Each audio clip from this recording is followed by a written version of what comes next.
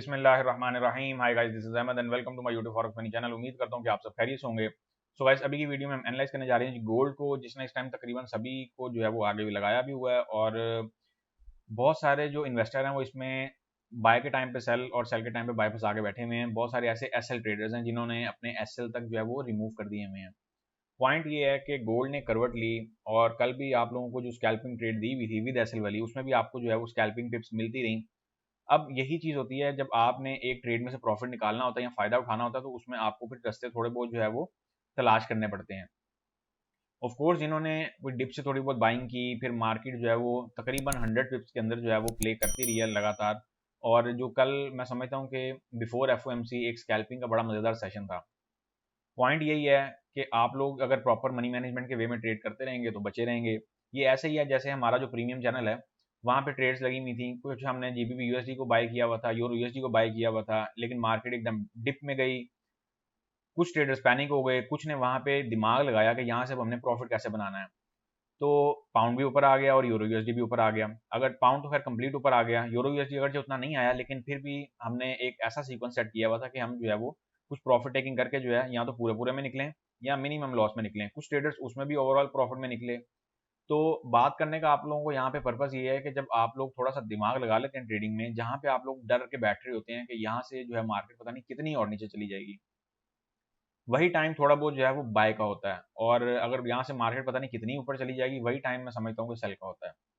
जिस टाइम में मार्केट ने आपको पैसा देना होता है, उस टाइम पे आप डर के मार्केट से टोटली साइड पे हो जाते हैं, आप वेट नहीं करते।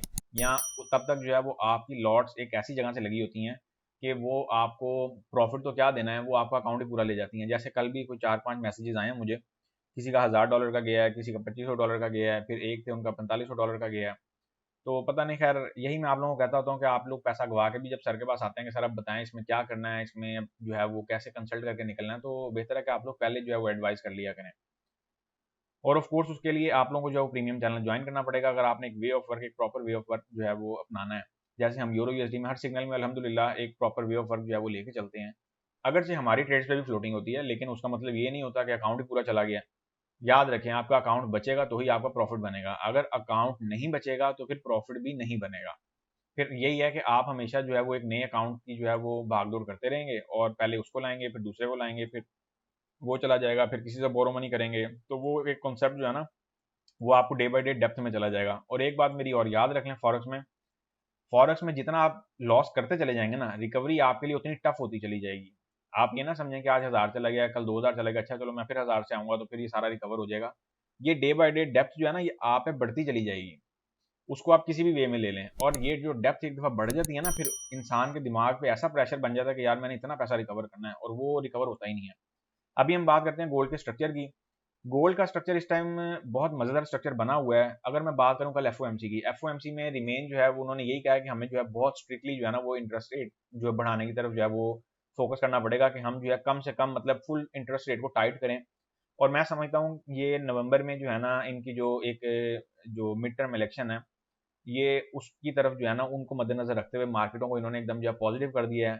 कल आप खुद देखें कि एफओएमसी पर डॉलर वीक हो गया, सारा दिन डॉलर स्ट्रांग था। और ये अपडेट मैंने आप लोगों को जो है वो, जब डॉलर स्ट्रांग हुआ था, तब मैंने आप लोगों को ये बाकायदगी से जो है वो टेलीग्राम के फ्री चैनल पे अपडेट भी दी थी कि डॉलर जो है अभी स्ट्रांग हो गया, तो क्या ये वीक होगा। और उन्होंने एफओएमसी पे वीक कर दिया। अब कहा ये जा रहा है, और मैं ये समझ रहा हूँ कि अभी मार्केटों में ना यूरो और पाउंड दोनों अपनी ग्रिप करने वाले हैं, और हो सकता है कि गोल्ड भी किसी हद तक अपनी ग्रिप करने में कामयाब हो जाए। अगर गोल्ड पे अगर मैं आप लोगों को कुछ सिनेरियो समझाना जा रहा हूँ, इसको समझ लो गौर से। ये सिनेरियो सिर्फ और सिर्फ एसएल वाले ट्रेडर्स के लिए है, बराए मेहरबानी मैं यहाँ पे लिख रहा हूँ या नहीं लिख रहा, क्योंकि मुझे कल एक जो है वो ट्रेडर का मैसेज आया था कि सर आपने स्ट्रक्चर बताया था, बट उसमें एसएल नहीं बताया, तो मैं विदाउट एसएल एंटर हो गया। देखिए, विदाउट एसएल वालों के लिए स्ट्रक्चर में कोई जगह नहीं है, विदाउट एसएल वालों के लिए सिर्फ और सिर्फ प्रीमियम चैनल है। अगर आपने ट्रेडिंग करनी है विदाउट एसएल, तो मैं आप लोगों को एडवाइस करूंगा कि वहां पे आके करें। यहाँ पे खाली पीली जो है ना स्ट्रक्चर को ये ना देखा करें, या मुझे जो है ना ये एक्सक्यूज ना दिया करें कि सर यहाँ पे आपने एसएल नहीं लिखा हुआ था तो हमने जो है ना विदाउट एसएल ट्रेड ओपन कर ली। ऐसा यहाँ पे कोई कॉन्सेप्ट नहीं है। अब हम चलते हैं जी स्ट्रक्चर की तरफ। अगर मैं आरएसआई की बात करूं, आरएसआई ने कल ओवरनाइट, या आप यूं समझ लें कि एफओएमसी के टाइम पीरियड में आप लोगों को एक आरएसआई पे ट्रेड दी। अब जिसने की कर ली वेल एंड गुड है, जो नहीं कर पाया, ये एसएल वाली ट्रेड थी। तो मैं समझता हूँ कि एक बड़ा ही बेहतरीन जो है वो यहाँ से एक स्कैल्पिंग का एरिया था। आरएसआई की ट्रेडें मैं आप लोगों को इतनी देता हूँ, कल यूएसडी सीएचएफ पे दी, अब आप लोगों ने की या नहीं की। आरएसआई की ट्रेड का भी एक रूल है, हर ट्रेडिंग सीक्वेंस का ना एक रूल होता है। जितने ट्रेडिंग पैटर्न होंगे ना, याद रखें हर ट्रेडिंग पैटर्न का अलग अलग रूल होता है कि आप उसको किस वे में लाके फॉलो करके चलते हो। अच्छा, ये आरएसआई ट्रेड थी, लेकिन यहाँ पे अभी भी जो है ना बात थमती हुई दिखाई नहीं दे रही है। मैं समझ रहा हूँ कि यहाँ से गोल्ड जो है ना उसको थोड़ा सा और नीचे आना चाहिए अगर गोल्ड ने एक प्रॉपर बुल रन के लिए निकलना है। और इसको मैं यहाँ से जो है रिमूव कर रहा हूँ। अब हम चलते हैं अपनी जो समरी है उसकी तरफ। हमारी समरी हमें क्या कह रही है? समरी हमारी सबसे पहले तो हमें ये बता रही है कि ये माजी का जो सपोर्ट एरिया था ये सक्सेसफुली उसने बिकम रेजिस्टेंस में डेवलप कर दिया। सबसे पहले समरी तो आप इसको जो है वो देख लें, ये गोल्ड ट्रेडर्स के लिए है।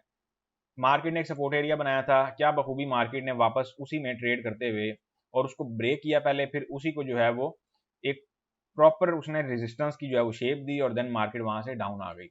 अब सवाल यह है कि व्हाट नेक्स्ट? हमारे पास जो इंट्राडे के हवाले से जो सपोर्ट एरिया वो हमें क्या देखने को मिलेगा? इंट्राडे के हवाले से जो सपोर्ट एरिया ना, मैं समझता हूँ कि मार्केट को ना एक दफा ये जो जोन है ना, ये वाला, मार्केट को एक दफा इसका टेस्ट देना चाहिए और टेस्ट दे के यहाँ पे जो है ना कंफर्मेशन देनी चाहिए कि अब मैं बुल रन के प्रेशर के लिए जो है ना वो तैयार हूँ। ये जो सीक्वेंस बना हुआ है यहाँ पे बेसिकली मार्केट ना कल 1773 1776 के लेवल के कुछ टेस्ट पेंडिंग करके आई है और मैं समझता हूँ कि ये वैसे तो कल पूरे हो जाने चाहिए थे, लेकिन ये पेंडिंग कर दिए गए हैं और ये हो सकता है कि ये एक बुल रन की शेप के लिए, जैसे आप लोगों को मैंने बताया था कि ये कैंडल पेंडिंग कर दी गई है वीक की, वैसे ही मैं समझता हूँ कि ये जो सिनेरियो है ना यहाँ पे भी कुछ ऐसा ही जो है ना इन्होंने पेंडिंग किया है मामला को। और फर्दर अगर हम देखें तो फर्दर ये है कि हमें इस टाइम जो है वो 1745 का जो लेवल है ना इस पे आंख रख के बैठने की ज़रूरत है। अगर हम बहुत ज़्यादा कहीं जो है वो किसी इजाफी जो है उसमें नहीं जाते तो उसमें जो हमारे पास जो चीज़ देखने को मिलती है वो हमें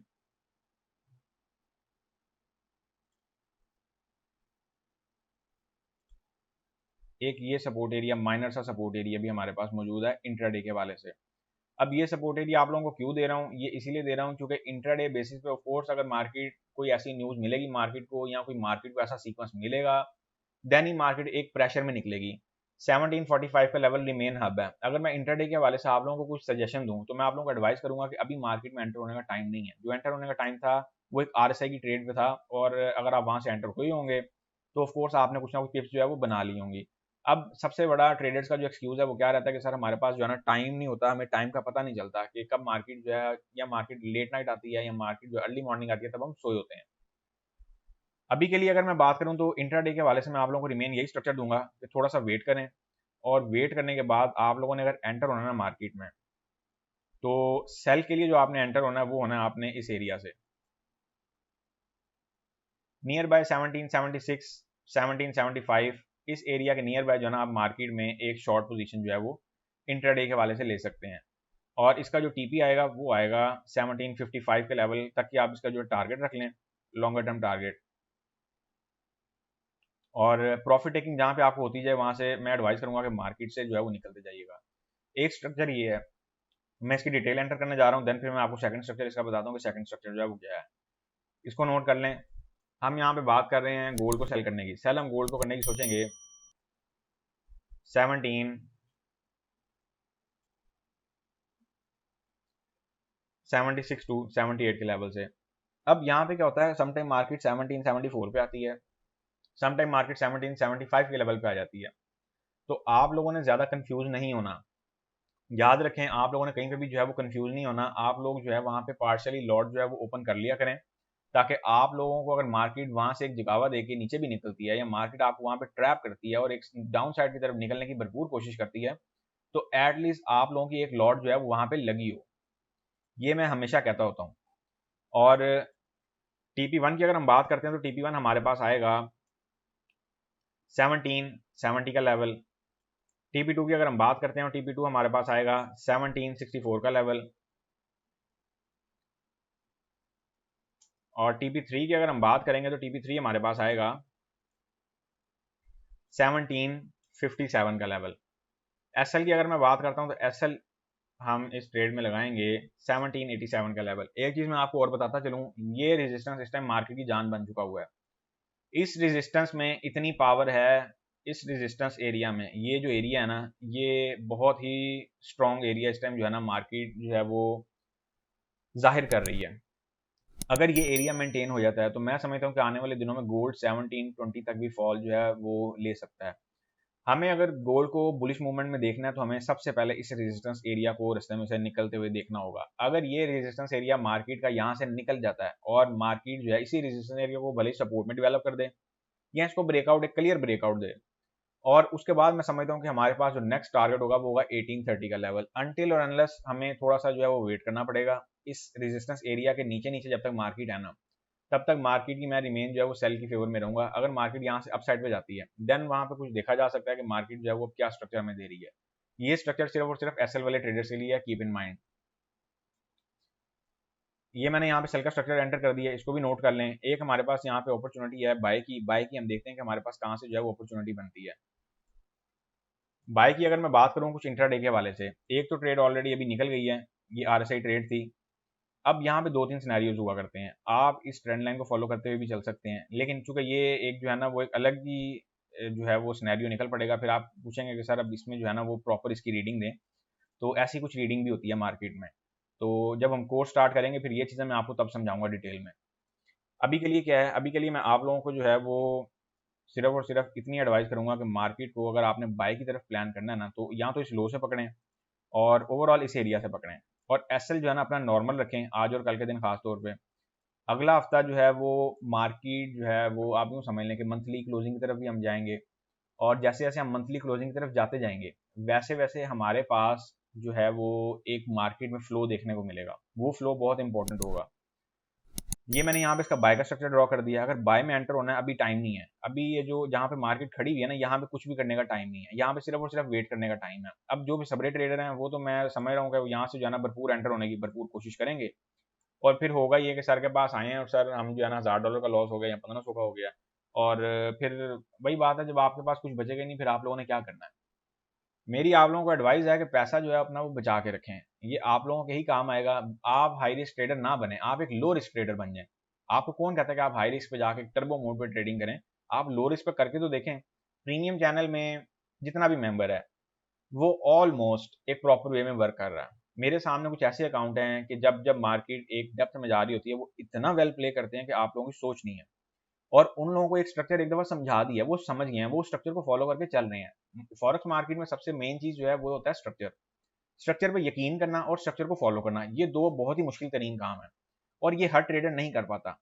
इस चीज में आपको ढलने के लिए ना मैं समझता हूँ कम से कम आपको 4 से 5 साल चाहिए होते हैं कि आपको ये पता लगे कि स्ट्रैटेजी, मेरी स्ट्रैटेजी जो है क्या मुझे इस पर भरोसा करना चाहिए, करना चाहिए तो कितना करना चाहिए। अगर हमारे पास कोई एग्जिट प्लान बनता है तो वो क्या बनता है, जैसे हमारे पास यूरो यूएसडी में बना, पाउंड यूएसडी में सब कह रहे थे कि जी डॉलर जो है बहुत स्ट्रॉन्ग होगा, मार्केट पता नहीं कहाँ नीचे चली जाएगी पाउंड की, लेकिन मुझे कॉन्फिडेंस था, मैं अपनी स्ट्रेटजी पे बैठा हुआ था, तो वहां से पाउंड ऊपर आ गया, हम निकल गए उस सिग्नल से और प्रॉफिट में निकले, बंच ऑफ प्रॉफिट में निकले हमने।